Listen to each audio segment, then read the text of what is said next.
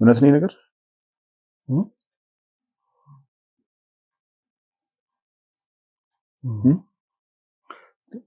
ማለት ነው ዝምታ ይበልጥ ያስጨነቀኝ ነው ይፈልገን ሰው ስላለ ነው እናቀው ሚኒስትር ስላለ እኛ ሰው ስለሚፈልግ ማለት አንድ ሚኒስትር ነበር ገባ የምን ሚኒስትር የሰው የሚከታተልም ሰው ነበር ሶስት ነን ወርቁ አንዳርጌና እኔ ነኝ ወርቁ አንተና አባቴ ማለት ነው እኔም ታፈሰ ነው ስም ያው ኦኬ ሶስታችን በቁርሹም በቂም እንዳይቀር በጣም ጓደኛሞች ልብልም ስለምንተዋወቅ እንደምንም ሌላም ሽማግሌ ይዤ እነሱን ለማስማማት ሄድኩ በቃ በማይታወቅ መንገድ ወርቁም ከሷ ጋር እንትን ብሏል ይፈልጋታል ይነግረኛል እኔ ወርቁ እናቴና አቶ ወርቁ ግንኙነት ፈጽመው እንደነበረ በዚህ ግንኙነት መሃል እኔ እንደተጸነስኩኝ ጭምር ነው መረጃ የደረሰኝ ስለዚህ ምን ትለኛለህ ይቆረፋሉ በመሃል ወርቁ ይገባል ነገሩ ላይ ገባ ድርጅቱ ይቃጠላል ሆነ አደጋ ይደርሳል ይሳት የዛን ጊዜ በቃ እሱም ለያዘው ይሄን ነገር ያረገብኝ ወርቁ ነው ብሎ ከተማ ላይ ዶራ ከተማው ላይ ብዙ ነገር ሄዷል ወርቁ እሷ ለማግኘት ያንዳርጌ ጓደኛ ናት የወርቁን ተቆጣው ገባ ያን እሷን ለማግኘት ብዙ ጥግ ድረስ ሄዷል ስለዚህ ስህተቱስ እንዳትገባ ብዬ ነገርኩት ይሄን ያክል እናንተን ሊያሻሻችሁ የሚችል ሚስጥር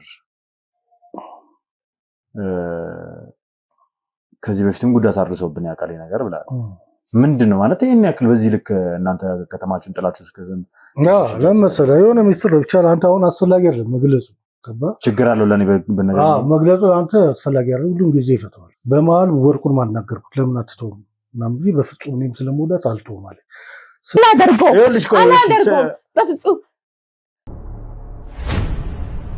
ወርቁ የሚባል ሰው እንዳለና ይሄ ሰው ለኔ ትክክለኛ አባት እንደሆነ አንቺ ደግሞ ይሄንን ሚስጥር ደብቀሽኝ እንዳለሽ አቤቱ ጌታ ሆይ እንዴት አይነት ጉድ መጣ እንዴት እነዚህ ማወቅ የምፈልጋቸው ነገሮች ከማንም አይደለም ካንቺ ነው በጣም ብዙ ነገር እንድትነግሪኝ ይፈልጋሉ ብዙ ጥያቄዎች አሉኝ ዛሬ ላንቺ ይሄን ምንድነው ጣራልኝ ንገረኝ በቃ ንገረኝ እባክሽን እናቴ አለ 9 ወር ይወለዳል እኔ ስንት ወር አጸነሰሽኝ ያረገሽ ወለድሽኝ አይደለም ያልኩት አንቺና እሱ አንድ ላይ መኖር ከጀመራችሁ ከስንት ጊዜ በኋላ ነው እኔ የተጸነስኩት ነው እኔ የተረገዝኩት ከስንት ጊዜ በኋላ ነው አይ በቃ ትዳር መመስረት አለብሽ ትምህርቴን እንኳን ሳልጨርስ በዛን ጊዜ ትምህርት ደግሞ 8ኛ ክፍል ደረሰ ማለት በጣም ትልቅ ነው እሱ የተደበቀ ነገር እንዳለና ከነሚስጥሩ መሞት እንደማይፈልግ ምንድነው የተደበቀው የሚሞት ሰው ደግሞ እንደማይዋሽ ምን የተደበቀው እኮ ለዘመናት እሱ ይዞት የነበረው ሚስጥር አባቴም የዚህ አይነት ጥያቄ አልጠየቀኝ እኮ ንገሪኝና ለምን እንደጠየቁሽ እነግርሻለሁ ንገሪኝ ታሪካችሁ እናቴ ነኝ አይልቃል እንዳትናገር እስኪ እንደው ከአባታችን ውጪ በፊት ላይ ሌላ ግንኙነት ምናምን ማለት ሌላ ከወንድ ጋር ምናምን ነገር ትውውቅ ማለት የሆነ ነገር ነበርሽ ሌላ ግንኙነቶች ነበሩሽ ብዙ ሰዎች የምንተዋወቃቸው ሰዎች አሉ ያንን ሁሉ አሁን አስታውሽ ብትለኝ አላስታውስም ግን ምንድነው የተደበቀው ሚስጥር ንገረኝ ምንድነው ያ ነገር ምንድነው በመሃል መርካቶ በጉጉት ሲጠበቅ የነበረው የንግድ ሱቅ ተለቀቀ አመቺ በሆነ አከፋፈልና ጥራታቸውን በጠበቁ የግንባታ ቴክኖሎጂ ከ20 ካሬ ጀምሮ በ30% ቅድመ ክፍያ እስከ 10% በሚደርስ ታላቅ የዋጋ ቅናሽ ስናቀርብላችሁ በደስታ ነው እንዲሁም የመኖሪያ አፓርትመንቶችን ከባለ 1 እስከ ባለ 3 መኝታ ለአጭር ጊዜ ብቻ በሚቆይ ማስታወቂያ ዋጋ ከ771 ሺህ ብር ቅድመ ክፍያ ጀምሮ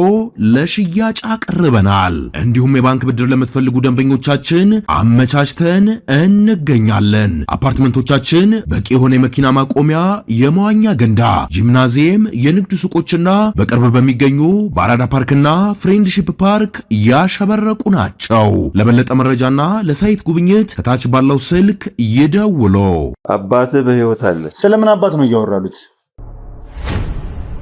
እኚህ ሰውዬ ለማግኘት ከቡድኖች ጋር ተወያይቼ በስተመጨረሻም ጉዞ እያደረግን እንገኛለን ምንም ጉዳት አይደርስም ይኸውልህ እኔ ጉዳት ደረሰ አልደረሰ አይደለም ምንም አይነት ወከባ እኛን ለመጣል የሆነ አታክ ለማድረግ እንዳይሞክር። ያውም የልጅነት ስሜን ያውም የተወለድኩበት ከተማን እንዴት ነው እናቴንም ጭምር ሊያውቁ የቻሉት? እንዴት ነው? አንድን ጊዜ መለስ ብዬ ማየትም ይከብደኛል። የቁም ቁም የሚል ድምፅ ከሁለት እና ሶስት በላይ የሆነ ድምፅ የሰማነውና ሁለታችንም ወደኋላ የዞርነው እንደዛ በደም ርሶ ስለ ገንዘቡ መጠየቅ አግባብ መስሎም ስላልታየኝ ታስጨንቀኝ። ልጆቹንም አስወጣልኝ። አይወጡም። ማንም እንዲወጣ አልፈልግም። እኔ እዚህ አሁን ጣረሞት መጥቶ እንኳን ቢወስደኝ ምንም የማልጸጸትበት ትልቅ ነገር ነው ያየሁት እኮ። እናቴ ምን ብዬ ነው የምጠይቃት? አባቴ ማን ነው? አባቴ በሕይወት እንዳለ በደንብ ጠንቅቃ ታውቃለች የሚል ድምፅ ሰምቻለሁ። ምናልባት ደክሞት ይሆናል እንጂ ወይ ተመት ይሆናል ብዬ አልጠበቅኩም ነበር። ምንድነው ናት የምጠይቃት? ያው ታውቃለህ የስንት ውጣ ውረድ እንደወረድን እሱን ለማለት ትክክል ነው ልጄ። አሁን ማለት ንገረውና ሁሉን ነገር ንገረውና አንተም እፎይ ብለህ ተኛ ጋር ያመጣሁት እኔ ነኝ የጠየቅኩትን እድሉን እንዲያመቻችልኝ እሱ ጋር መጥቶ የሚሰራው አሁን እዛ በጣም ብዙ ስራ እሱ ያለበት ከተማ ላይ ማለት ነው። በጣም ብዙ ስራ ያለበት አባቴ ከደወለለት ትንሽ ስራ ምቱን ጥሎ ነው የሚመጣው ማለት ነው። እናቴ በህይወት እንዳለ ታውቃለች አባቴ? አዎ እዛ በልጅነት ስሜ ነበር ሲጠሩኝ ነበር። ማለትም ቤት ውስጥ በምጠራበት ስሜ በመታወቂያ ስሜ ሳይሆን ይሄ ሰውዬ ማንነቴን በደንብ አድርጎ ያውቃል ማለት ነው። እኔ የተወለድኩበት ክፍለ ሀገር ድረስ ሄዳቸዋል ማለት ምን አይነት ግንኙነት እንዳለ በመሃላቸው ምንም አይነት ግልጽ አድርገው የተነገሩት ነገር የለም። በዚህ ልክ እንደዚህ ዙሪያ ጥምጥም ሄዳችሁ እኔን ልታገኙ ፈልጋችሁበትን ምክንያት ማለት እንዳልከው ማለት ቢኒያምም ነግረዋል ብዬ አስባለሁ። በጣም አሰልቺ ነበር አንተን ለማግኘት እንትን የነበረው ማለት በጣም አስቸጋሪ ነበር። ግን ደግሞ በጣም እንደዚህ ዲፕ ተጨናንቀው ላፊ ነገር ውስጥ ገብተው እኔን አፈላልጎ ማግኘት በዙሪያ ጥምጥም ሄዶ በብሩክ በኩል የማገኘውን ነገር እሷን እንዳይጎዱብኝ ብዬ የሆነ ወደ እንትን ማለት ቢላ ምናምን አለ እና እሱን ሊሲድ ሮጦ ያዘኝ ማለት ነው። ምንድነው ከኔ ጋር ያላቸው? ምንድነው የሚፈልጉት? ማን ናቸውስ? በጣም አስጨነቀን። ጉዳያቸው እለት በእለት ባደረ ቁጥር ነገሮች በጣም እየከፉብን መጡ፣ እየጠነከሩብን ነው።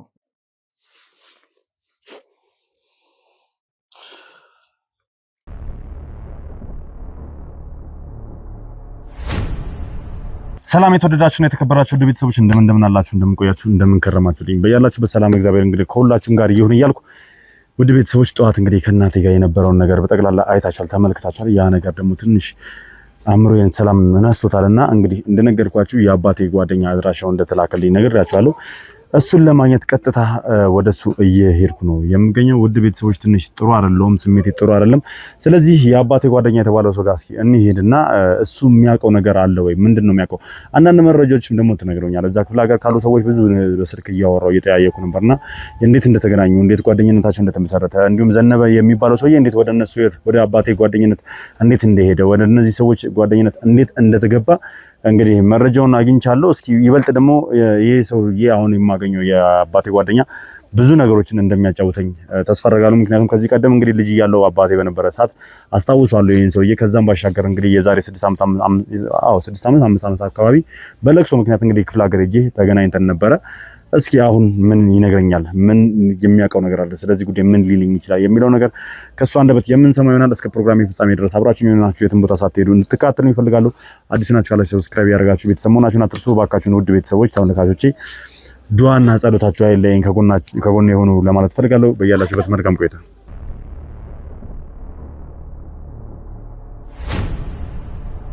እንግዲህ ከረጅም ጊዜ በኋላ ነው ዛሬ የተገናኘነው አይደለ? ያው ወደ ሚዲያ እንግዲህ ያው ይዤ ወጥቻለሁ። በጣም ይቅርታ ያው ይሄን ነገር ለማድረግ ስላሰብኩ ነግሬያለሁ መጀመሪያ ስገባ አይደል። በጣም ማከብረህ ያው በልጅነቴ ቢሆንም ብዙ ጊዜ አባቴ በህይወት እያለ ከአባቴ ጋር እንደማትለያይ እኔንም እጄን ይዛችኝ ወክ ስናረግ ስንንቀሳቀስ ምናምን ነገር አስታውሳለሁ። ከዛም አልፎ ደግሞ ያው ከዘመናት በኋላ አይ ቲንክ ዛሬ 6 ዓመት ምናምን አካባቢ ተገናኝተናል ይመስለኛል አይደለ? ክፍለ ሀገር ላይ ረጅም ዓመታት በኋላ ነው እንግዲህ ያኔ ራሱ ስንገናኝ እኔም ከተማውን ጥዬ ከወጣሁ በኋላ አንተም ደግሞ አዲስ አበባ እንደምትኖር ያው ተነግሮኝ ነበር። ያኔ ማውርተንበት ነበር አይደለ? አሁን እንደምትመለከተው እንግዲህ እንደዚህ አይነት ሙያ ላይ ነው የምገኘው። ያው እንግዲህ ስላገኘው ደስ ብሎኛል። ብርቀን መልካም ደስ ብሎኛል። ጥሩ ላይ ነው አሁን ሳይ ጥሩ ላይ ነው። አልገመትኩም ነበር ያን ማቀል ልጅ በዚህ ደረጃ አያለው ብዬ አላሰብኩም። ያን ሳይ ደስ ብሎኛል በእውነት። ያው እንግዲህ መቼም አባቴ አንድ አርጊ እንዴት አድርጎ እንዳሳደገኝ በደንብ ታውቀዋለህ። ለልጆቹ የነበረውን ፍቅር በደንብ ታውቃለህ። ያው እንግዲህ ማለት ለኛ የሚያደርግልን እንክብካቤ፣ ለልጆቹ ለቤተሰቡ የነበረው ክብር፣ ለቤተሰቡ የነበረው ፍቅር ታስታውሳለህ ብዬ አስባለሁ። የተለየ ነው። መልካም አባት ነው በጣም እውነት። ለእኛም ያስቀና ነበር እውነት። እኛም ቤተሰብ መስራት የእሱን አርአያ ብንከተል የሚል ደስ ይል ነበር እውነት። ለልጆች ያለው ፍቅር የተለየ ነው። አሁን እኔ እንጃ አላውቅም። ታስታውሳለህ ግን የአባት እንደው የአባት ያለው ፍቅር ለእናንተ የተለየ ምን እንደሆነ አላውቅም። አንዳንዴ ልጆች ቶሎ ትላይላችሁ አጠገብ ላለ ግን ያስቀናል።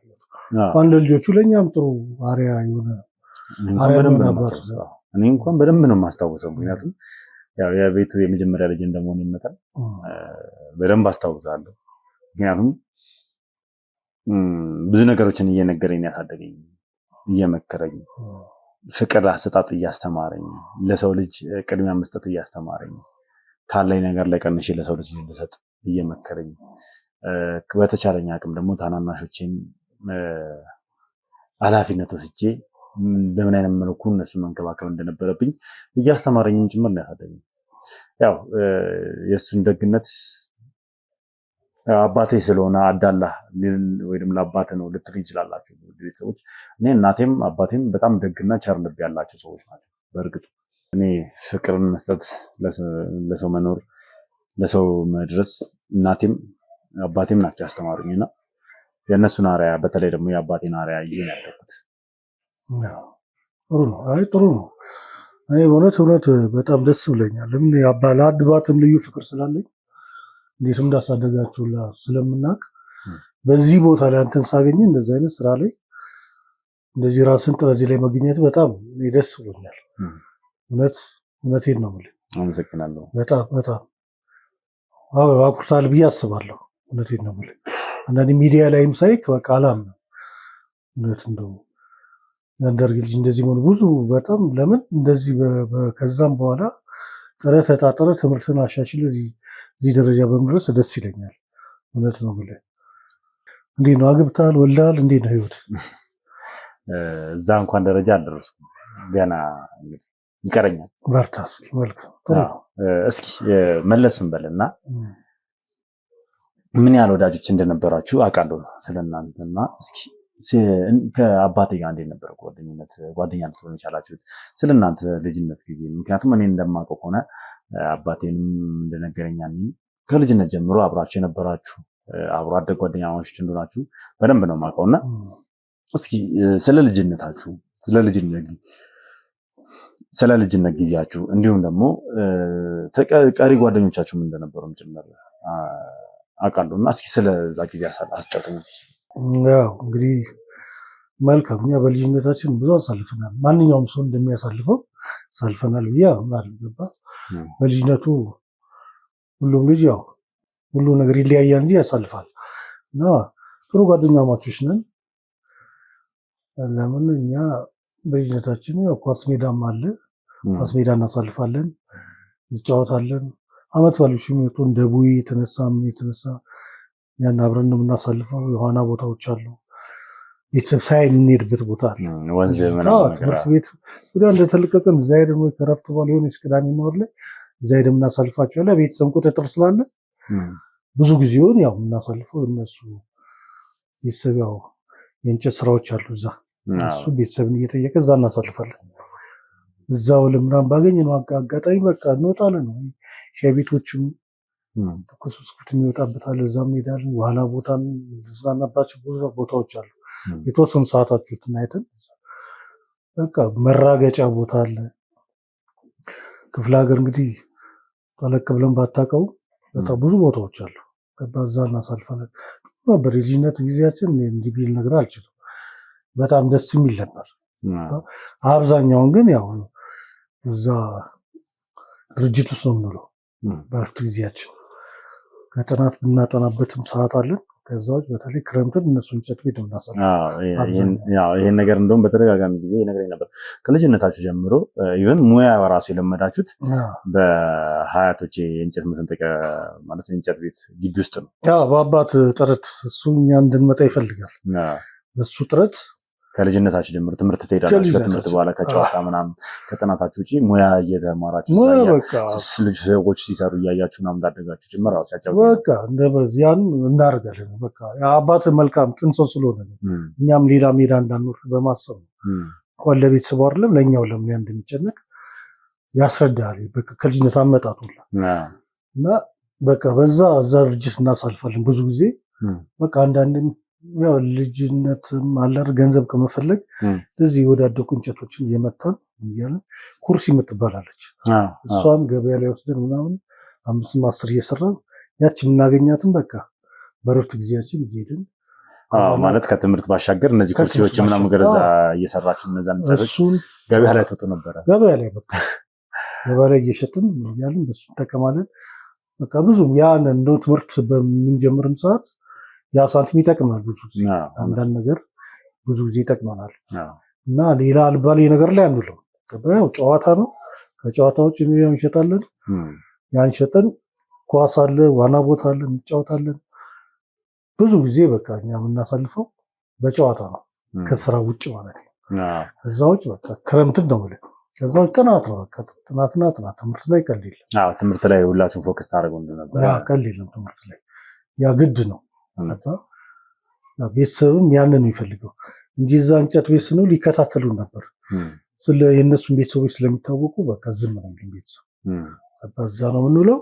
ከዛ ሌላ ጋር አልባሌ ቦታ አንሄድም። በቃ በከተማው ላይ የልጅ ሀብታሞች ለሞም ቅርብ ነው ከተማ ብዙም ሰፋ ያለ ስላልሆነ የትም አትወጣም። እዛው በዛው ሁሉ ገንዘብን ከዛ ጊዜ ጀምሮ ነው ያሳይን። አንተ አባት ጎበዝ ነው። ገንዘቡን ቁም ነገር ላይ ስናውለው ደስ ይለዋል። ያው እንበላበታለን፣ እንጠጣበታለን። ሌላ ነገር የለም። መዝናናት ደስ ይለናል እንደ አቅማችን ማለት ነው። ያ ሰው መልካም ነው። የኛ የልጅነት ጊዜያችን ባጭሩ ይሄን ይመስላል። እስኪ ማለት በዛ ሰዓት የነበራችሁ አብሮ አደግ ጓደኛሞች የምትባሉት ስንት ነበራችሁ? ማን ማን ነበር? 3 ነን። ወርቁ አንዳርጌና እኔ ነኝ። ወርቁ አንተና አባቴ ማለት ነው። እኔም ታፈሰ ነው ስም ያው ሶስታችን ነን። በጣም ጥሩ። ስለዚህ ከልጅነት ጀምሮ አብራችሁ ያደጋችሁ ጓደኛሞች ሳትለያዩ ረጅም ዓመታት የቆያችሁ አድጋችሁም ትልቅ ማለት ወደ ስራም ገብታችሁ አንድ ላይ ነበራችሁ። እናንተ ሶስታችሁ ናችሁ። ማን ላይ ካደጋችሁ በኋላም ሁላችሁም ያው ወደ አንድ አይነት ሙያ ነው የተሰማራችሁ። ሁላችሁም ወደ እንጨት ስራው ነው የገባችሁ። አንድ አይነት ሙያ ነው እንትን ያለው። ከዛ በኋላ ግን ያው ወደ ማለ ቤተሰብ ነው ደግሞ በትምህርት እንዳተኩር ፈልገው በማል ተለዩዋቸው ትንሽ ከባ ወደ ትምህርት ያደላው። ከዛ በኋላ ነው ከተወሰነ ትምህርቴን ከጨረስኩ በኋላ ተመልሼ መጣ። ተመልሰ እዛው ጋር እንጨት ስራው ነው የሰራችሁ። በሰዓቱ ከተማውም አድጎ ነበር ይመስላል። ከተማውም አድጎ ነበር እንጨትም በቃ ከዛ በኋላ በቃ በእንጨት ስራው በቃ ጥሩ እየሆንን መጣ። ገባ ወርቁ ደግሞ አንዳርጌ ደግሞ እንትን ካለ በኋላ ያ ቤተሰብም እንትን ካለ በኋላ ተረከበ ድርጅቱ። ገባ ቤተሰብም አያቱ ካረፉ ነው በኋላ አባቱ ማለት ነው ድርጅቱን ተረከበ። በቃ ከሰው ጋር በሰፊ ያዝን። በቃ በአጠቃላይ ትላልቅ ነገር ቁም ሳጥን አይቀር ሶፋዎች እየሰራን በቃ ማከፋፈል ጀመር። በየክፍለ ሀገሩ በቃ አዲስ አበባ ጭምር በቃ እየተጫነ ትላልቅ ድርጅቱ ሰፋ በጣም ሰፊ እና እሱም ተተኮሰ። ባጭሩ ጎበዝም ነው ታታሪ ነው። እኛ እንደውም ከሄድን በኋላ ጠዋት ስንመጣ ድርጅቱ ላይ በቃ አተኩሮ ሲሰራ ነው። አንዳንዴ ሌሊቱ ለሚገባበት ሰዓት አለ። ስራና ስራ ነው ትኩረቱ እና ፈጠራ በቃ አዳዲስ ፈጠራዎች እየፈጠረ ብዙ ነገር ይሰራል እና በቃ እሱ ጥንካሬው ይገርመናል። ለራሳችን ትልቅ ቦታ ለመድረስ የሚያደርጋቸው ነገሮች በቃ ብዙ ነገር ከሱ እንድንማር አድርጎናል። ያ ድርጅት ሄደ በቃ ማለት ይህን ነገር እንግዲህ በደንብ ከልጅነት ጀምሮ ብዙ ነገሮች ስሰማ መጥቻለሁ። አሁንም ደግሞ አዳዲስ ነገሮች እንዳሉ ተነግሮኝ ምናምን ነገር ጭምር ነው ወደዚህ የመጡትና እንግዲህ ወደዚህ ሙያ ከገባችሁ በኋላ አሁን እንዳልከኝ እንግዲህ ያው ሶፋዎችንም ትልልቅ ስራዎችንም ቁምሳጥኖችንም ምናምን እየሰራችሁ በየቦታው ትልቁ ነበር በትዕዛዝም እየታዘዛችሁና እዛው የሀያቶች ድርጅት ላይ ወይ ደግሞ የአባቴ ድርጅት ላይ ነበር ሁላችሁ የምትሰሩት ወይስ ወደዚህ ፊልድ ስትገቡ ሁላችሁም የራሳችሁ ነበር የምትሰሩት? ስንገባ ነው ማለት አንተም ትምህርትን ጨርሰህ ወደ ስትመለስ ወደዚህ ሙያ ነው የተመለስኩ አይደል? ትምህርቴን ከጨረስኩ በኋላ ወደ ድርጅቱ ተመልሼ መጣሁ። ከዛ በኋላ ወርቁን በቤተሰብ ድጋፍ አንዳንድ ሱም የነበረው ገንዘብ ነበር ቤተሰብ ዘር የደገፈው ራሱን ችሎ ወጣ። የራሱን ድርጅት ከፍቶ እኔ ለረጅም ጊዜ ያው ከአንደር ጋር ነኝ ከአባት ጋር ማለት ነው። ረጅም ጊዜ እሱ ካለው ፍቅር ማኳያ ጥለው የምትሄደው ሰው አይደለም። ብዙ የሚጎዳ አይደለም ለሰራተኛ ብዙ ነገር ብዙ የሚጠቅም ነው። ብዙ ነገር ከሱ መቆየት ብዙ ነገር ትማራለህ ብዬ ስለማስብ እና ብዙ ቆየሁ ከሱ ጋር እና ወደ መጨረሻው አካባቢ ነው እኔም ራሴን ችዬ ወጣሁት። አንተም የራስህን ድርጅት ከፍተህ ወጣ ማለት ራሴን ችዬ ወጣሁ ነው። ብዙ ነገር ደግፎኛል። በስራ ተለያያችሁ እንጂ በጓደኝነት አልተለያያችሁ። እኔ እሱም ብዙ ነገር ደግፎ እሱም ይሄን ነገር ይፈልገዋል። ሁሉም ራሱ እንዲችል ይፈልጋል። ገባ እሱም ይሄን ነገር አገዘኝ። በቃ እኔም የራሴን ድርጅት ከፍቼ ወጣሁ። አይ በጣም ደስ ይላል። ያው እንግዲህ ጓደኝነት ሲባል መቼም መጀመሪያ ላይ የተቻለን ያክል አብረህ ከሄድክ አብረህ ከገፋ በኋላ የሆነ ሰዓት ላይ ሁሉም የየራሱን መንገድ መምራት አለበት። ለዛም ደግሞ እርስ በርስ መደጋገፉ ደግሞ የተሻለ ነው አይደለ? ይሄ ንጹህ ጓደኝነት ሲኖር እንደዚህ አይነት ነገር ነው የሚፈጠረው። ግን ደግሞ የሆነ ንጹህ ጓደኝነት ከሌለው ምቀኝነት ይመጣል። የአንዱን ማደግ አይፈልገውም ምናምን። እናንተ ጋር ግን ያ አልነበረም። እናንተ ጋር በጣም ደስ የሚል ፍቅር እንደነበረ ነው የሚያሳየው አይደል? የነበራችሁ የፍቅር ጊዜ ማለት የጓደኝነት ጊዜ ምን ይመስል ነበር?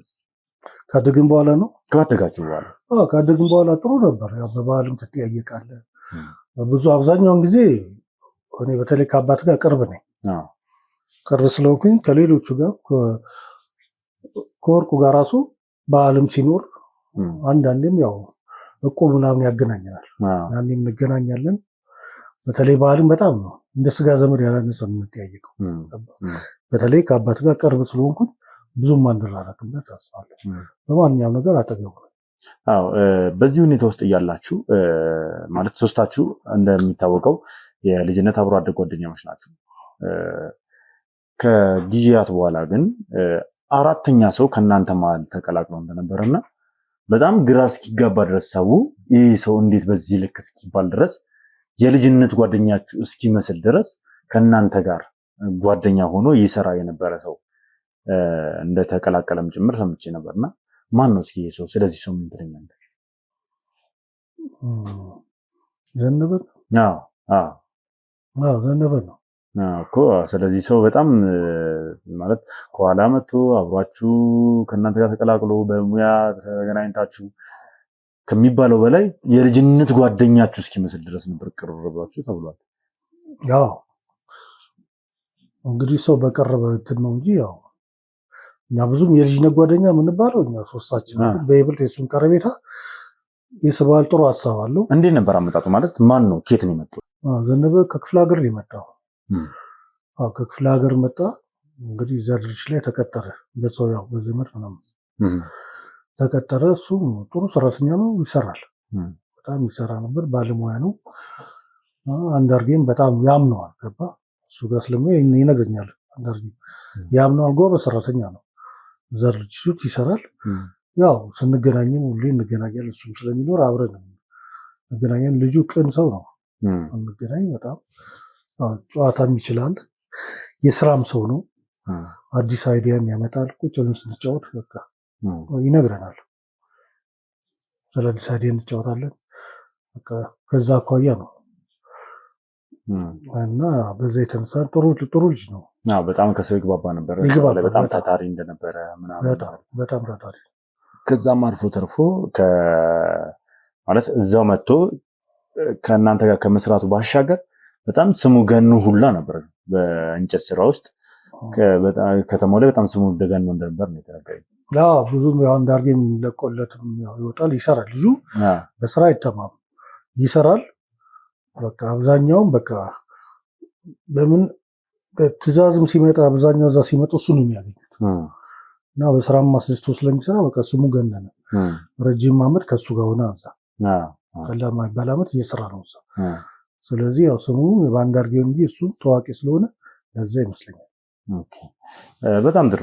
እንግዲህ በዚህ ሁኔታ ውስጥ ሆናችሁ ጓደኝነታችሁ ሳይለይ ጓደኝነታችሁ ሳይበተን ለረጅም ዓመታት ቆይታችሁ ስራችሁን በአግባቡ እየሰራችሁ ኖራችኋል። ከሁላችሁም ቀድሞ ትዳር የያዘው አባቴ አንዳርጌ ነው አይደል? እስኪ ማለት ምን ይመስል ነበር? ምን ያንን ጊዜ አስታውሰዋለሁ ወይ? ማለት የትዳር አጋሩ ማለት እናቴን ሲያገኛት የነበረውን ነገር የምታስታውሰው ነገር አለ? ጥሩ ጊዜ ነበር። እሱም እንግዲህ ያው እናትን ካገባ በኋላ ነው ሲያገባ ማለት ሲተዋወቃት ጀምሮ የነበረው ነገር ሲተዋወቃት ጥሩ ፍቅር ነበራቸው። ሁልጊዜ እኔና እንሂድ ይለኛል። እዛ እና እንዲህ ወክ እናድርግና እዛ እንሄዳለን። ብዙ ጊዜ አንድ ቦታ ላይ የምናዘወትር ይዞ እንሄዳል እና በቃ ያሳየኛል በርቀት እሷ ከፍለ ሀገር የመጣችው ያቺ ልጅ እያለ ያሳየኛል። ብቻ እንዲሁ ትረዳለህ እንደፈለጋት እንዲሁ ይገባል። እሷን ለማየት ነው እዛ ቦታ ላይ ተደጋጋሚ የምትሄዱት? በቃ እሷን ለማየት በቃ ረፍት በተለይ ቅዳሜና ቆመን ነው ምንም ጉዳይ ኖርብን እሱን ለማስደሰት በተለይ እኔ እሄዳለሁ ለማየት። በጣም እሷ ስትገባ ስትወጣ ለማየት ብቻ በቃ እሱ እንግዲህ ምን እንዳሰበ አላውቅም። ገባ ያኔ ገባ እሱ በቃ ደስ እንዲለው ያሰቡ ነገር ይኖራል ብለህ ታስባለህ። ሌላን ቁጭ ብለን ነው የምንውለው። ስትወጣ ስትገባ በቃ ማየት ነው እንጂ አያናግራትም እና ያታል ክፍለ ሀገር ሊመጣች መሰለኝ። በጣም ቆንጆ ናት። በርቀት እሷን አይተህ ምናምን ነው በቃ ኧረ እንሂድ ብሎ ተገፍቶ ነው ከዛ እንሄደው ያን ደጋግመን የምናደርገው ነበር። ከዛ ማለት ደፍሮ ለእሷን ለማናገር ወደ እሷ ለመቅረብ ረጅም ጊዜ ፈጅበት።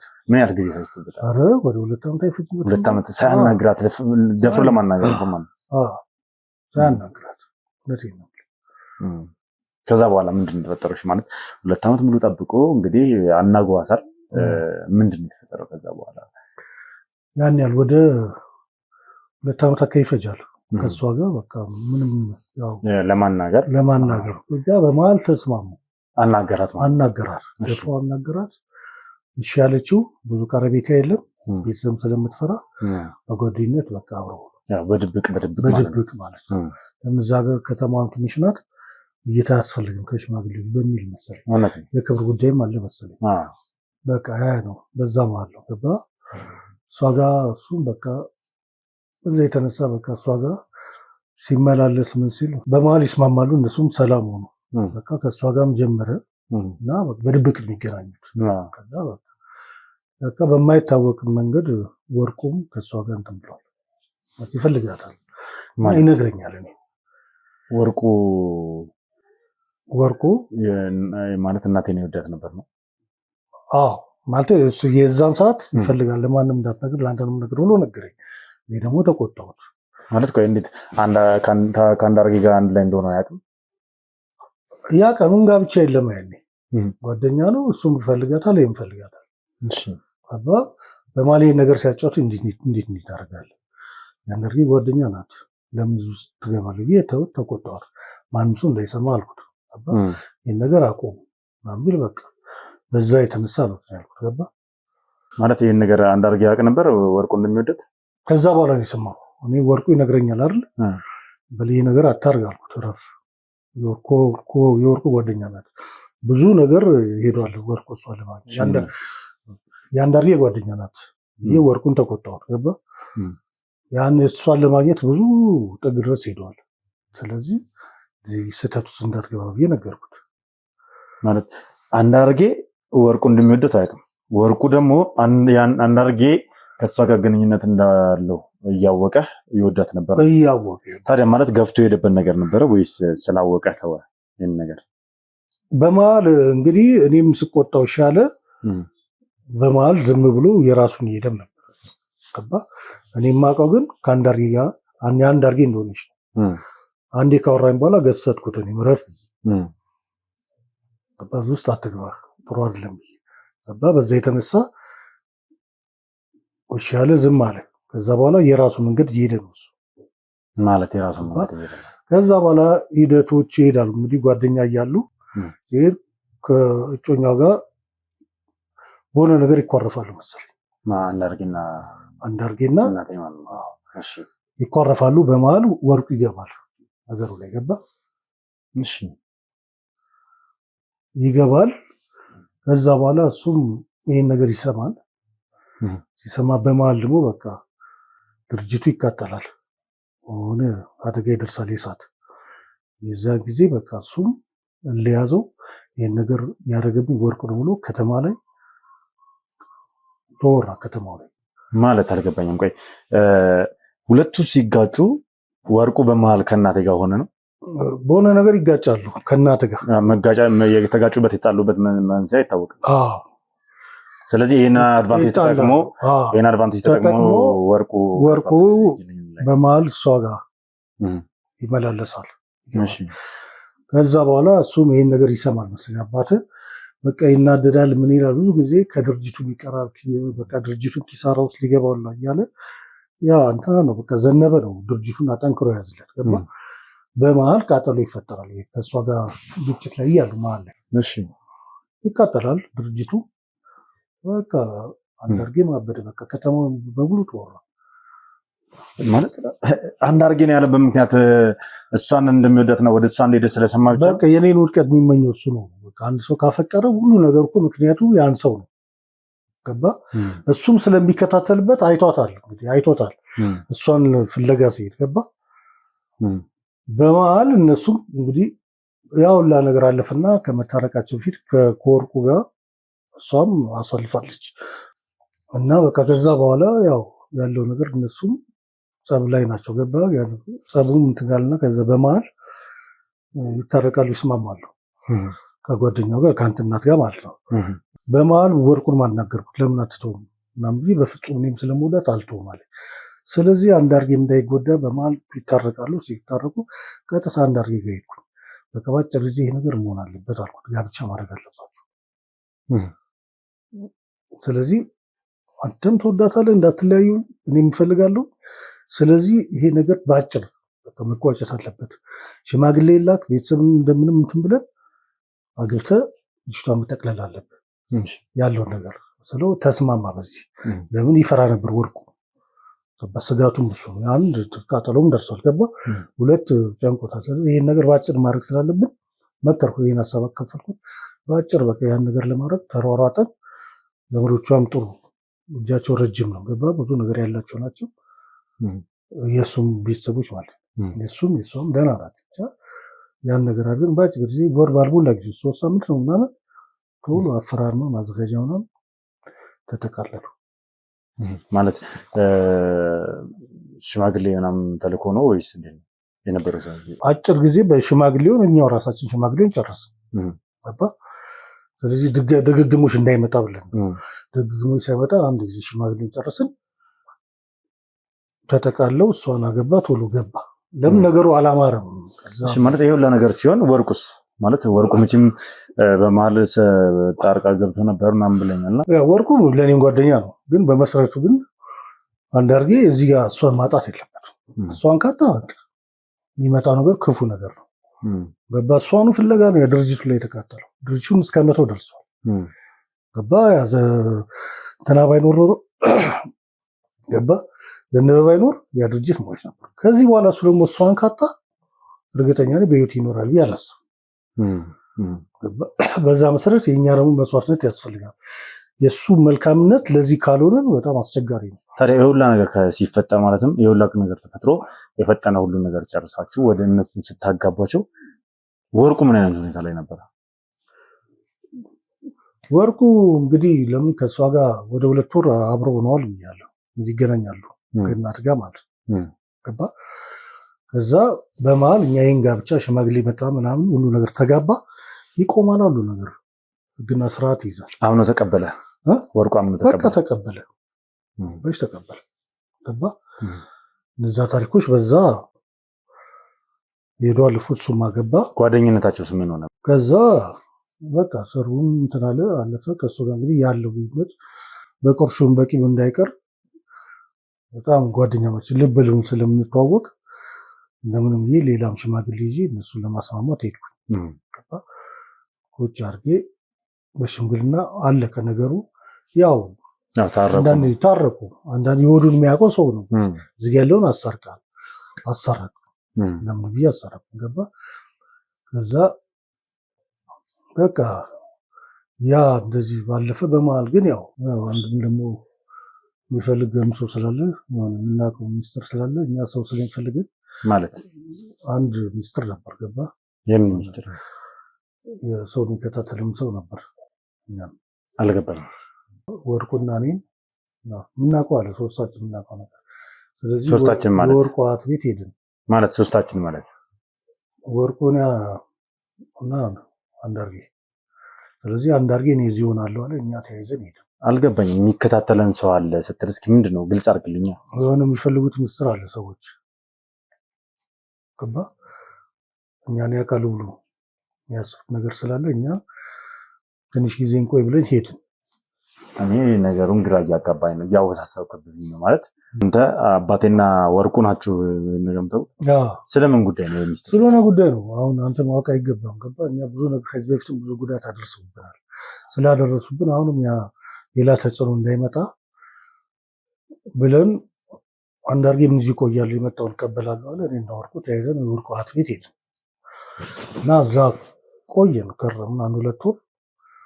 ከዛ ወርቁ እሺ ማለት ይሄን ያክል እናንተን ሊያሻሻችሁ የሚችል ሚስጥር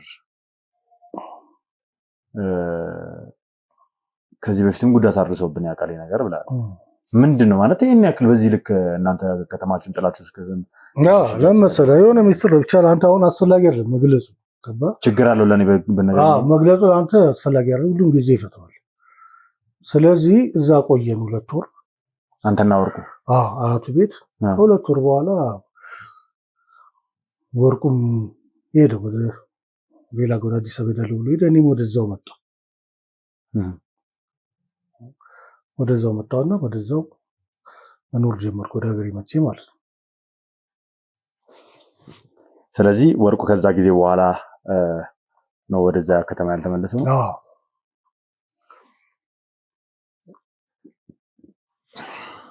ማለት እኔ አሁን አንድ ነገር ማወቅም ፈልጌ ጭምር ነው የመጣሁት። ማለትም ምንድነው ቅድምም በወሬው መሀል የነገርከኝ ነገር አለ። በአንተና ማለት በአባቴና በእናቴ መሀል ክፍተት በተፈጠረበት ሰዓት ወርቁ በመሀል ጣልቃ ገብቶ እንደነበረ ምናምን ነገር ነግረኸኛል። ምናልባት በዛ መሀል የተፈጠረ ነገር ከነበረ ምናምን ከወርቁ የሰማው እኔ ያልገባኝ ነገር ግን አሁን ምን ሰምተህ መጣህ ነው? አንተ አልገባኝ። ምን ሰምተህ ነው? ያው ከወርቁ ጋር በጣም ስለምትቀራረብም ከአባቴ ጋርም በጣም ስለምትቀራረብ የሁለቱም በጣም ምርጥ ጓደኛ ጥሩ ጓደኛቸው ስለነበር የሁለቱንም ሚስጥር ታውቃለህ ብዬ ስለማስብ አንተ ከቀጥል የመጡት እና የሰማሁት ነገር እኔ አለ ትንሽ ግራ የሚያጋባኝን ነገርና ምናልባት እስኪ ወርቁ እንደ ሚስጥር ብሎ የነገረ ነገር በእናቴና በሱ መሀል የተፈጠረ ነገር ካለ ምንድን ነው የሰማው? አንተ መጀመሪያ አንተ የሰማው ምንድን ነው? አመጣጥም በደምብ ስላልገባኝ ምንድን ነው የሰማው? ይኸውልህ እኔ አባቴ በምን አይነት መልኩ እንዳሳደገኝ ታውቃለህ። አውቃለሁ፣ ስለማውቅ ደጋግመን ማውርተንበታል። አባቴም ምን ያህል እንደምወደው ታውቃለህ። ለእኔ ምርጥ አባት ነው ከሚባለው በላይ አንዳርጋቸው እኔ ከአባትም በላይ ነው ለኔ። በቃ የሚገባኝን ነገር የሚያስፈልገኝን ነገር በጠቅላላ አሟልቶ ሰው እንደሆን ዛሬ ላይ እንድደርስ ያደረገኝ ምርጥ አባቴ ነው አንዳርጋቸው። አሁን ደግሞ አንድ ነገር ሰማሁ። አንድ ሰው አስጠርቶኝ ክፍለ ሀገር ሄጄ ነበር እና የነገረኝ ነገር ትንሽ ግራም ያጋባል። ምንድን ነው? እስኪ ተረጋጋና እስኪ ይሄ ነገር እርግጠኛ ነኝ ግን አምነህበት ነው የመጣው? ካንተ መልስ አገኛለሁ ብዬ ነው የመጣሁት እኮ አምነህበት ነው? አዎ ማለት ነገሮችን ለማረጋገጥ ነው እየሰራሁት። አምነህበት እኔ የማውቀው ነገር ከሆነ እኮ ችግር የለውም። እኔ የሚያሳድግኩ ነኝ። እኔ ያው ፎቶ ይሄን ነገር ውሸት ነው ብዬ ለመቀበል ራሱ ፈልጌ ነበር። ግን አንተን የሚጠቅም ነው ምናልባት። አዎ ይኸውልህ ያንተን አንተ አንዳርጋቸው አንተ የለህበትም። አንዳርጌ ወርቁ ዘነበ እንዲሁም እናቴ ሆነው የተነሱትን ፎቶ አንተ የሌለህበት እነዚህ አራቱ ሰዎች ግን የተነሱበትን ፎቶ አሳይቶኝላ ደንግጬ ነው የተመለስኩት። ሰው ይነሳል እኮ ምን ችግር አለ? ማለትም ኦኬ ከሰማው ታሪክ ጋር ተገናኘብኝ ብለህ ነው ማለት ይሄን ሰው ውሸታም ነው ልለው ፈልጌ ነበረ ለነገረኝ ነገር ግን ደግሞ ማን ሌላ ሰው ነው ብዬ ላስብ ነበር። ግን ፎቶአቸውን ሳው በእርግጥ እንደሚተዋወቁ እናቴንም እንደሚያውቁት አባቴንም እንደሚያውቃት በደንብ አውቄያለሁ። ከዛ በተጨማሪ ደግሞ መጥቼ እናቴንም ለማናገር ሞክሬ ነበር። እናቴም ትንሽ ተቆጥታኝ ሄደችው። ከዛ ባሻገር ቀጥታ አንተ ጋር ስመጣም ስለ ጓደኝነታችሁ፣ ስለ አብሮ አደገኝነታችሁ፣ ስለ አገር ቤት ስለነበረው ነገር ብዙ ነገር ስጠይቅ ነበርና ስለ ዘነበ የሚያወቅኩት ዘነበ እናንተን መቀላቀሉ ከጊዜ በኋላ እንደምናም ነገር የሰማሁት ከዛ ነው። አሁን ደግሞ አንተ ይበልጥ አረጋግጠልኛል ሁሉን ነገርና እኔን ክፍለ ሀገር ድረስ አስጠርቶ ያወራኝ ዘነበ ነው። ከዚህ ሁሉ ዓመታት በኋላ እንግዲህ ዘነበን በደንብ አላውቀውም። በደንብ ማረንም ጭራሽም አላውቀውም። ምክንያቱም አይ ቲንክ የአባቴ ድርጅት ከተቃጠለ ምናምን በኋላ ከዛ ወጥቷል። ከዛ ወጥቶ ሌላ ቦታ እንደሄደ ምናምን ነገር ነው ሙሉ መረጃውን አሁን ላይ ሲደርሰኝ ማለት ነው። ዘነበ ግን እኔን አፈላልጎ አግኝቶኝ አንድ ሚስጥር ነገረኝ። ዘነበ እኛ ማናውቀውን ታሪክ እሱ አውቆ እሺ ንገር። አንተ ታውቀዋለህ እርግጠኛ ነኝ፣ ምክንያቱም የወርቁ ጓደኛ ነህ። እሺ ንገር። አይ እኔ ዘነበ እሺ ጥሩ ንገር። እሺ ምናልባት አላውቅም። ተረጋጋና ተጫወት። ይኸውልህ አንተም አሁን እያልከኝ የነበረው ምንድነው አባቴና እናቴ በተጋጩበት ሰዓት ላይ ከጋብቻቸው በፊት ወርቁ መሀል ላይ ጣልቃ ገብቶ እንደነበረ ነግረኸኛል። ግልጽ ነው። ከዛ በዛ ምክንያት አንተ የፈጠነ ቶሎ ብለህ ጋብቻ እንዲፈጽሙ ምናምን ነገር ያደረከው ያሯሯጥከው አንተ እንደሆንክም ነግረኸኛል። ግድ ነው ለአባትህ በማሰብ ነው። ይሄ ነገር ግን ከመፈጸሙ በፊት እናቴና አቶ ወርቁ ግንኙነት ፈጽመው እንደነበረ በዚህ ግንኙነት መሀል እኔ እንደተጸነስኩኝ ጭምር ነው መረጃ የደረሰኝ። ስለዚህ ምን ትለኛለህ? ምን ነው አንገት እንደፋ? የእውነት ነው ይሄ ነገር?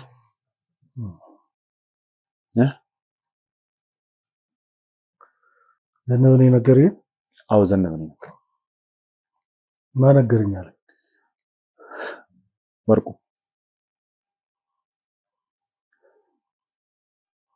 እውነት ነው ይሄ ነገር?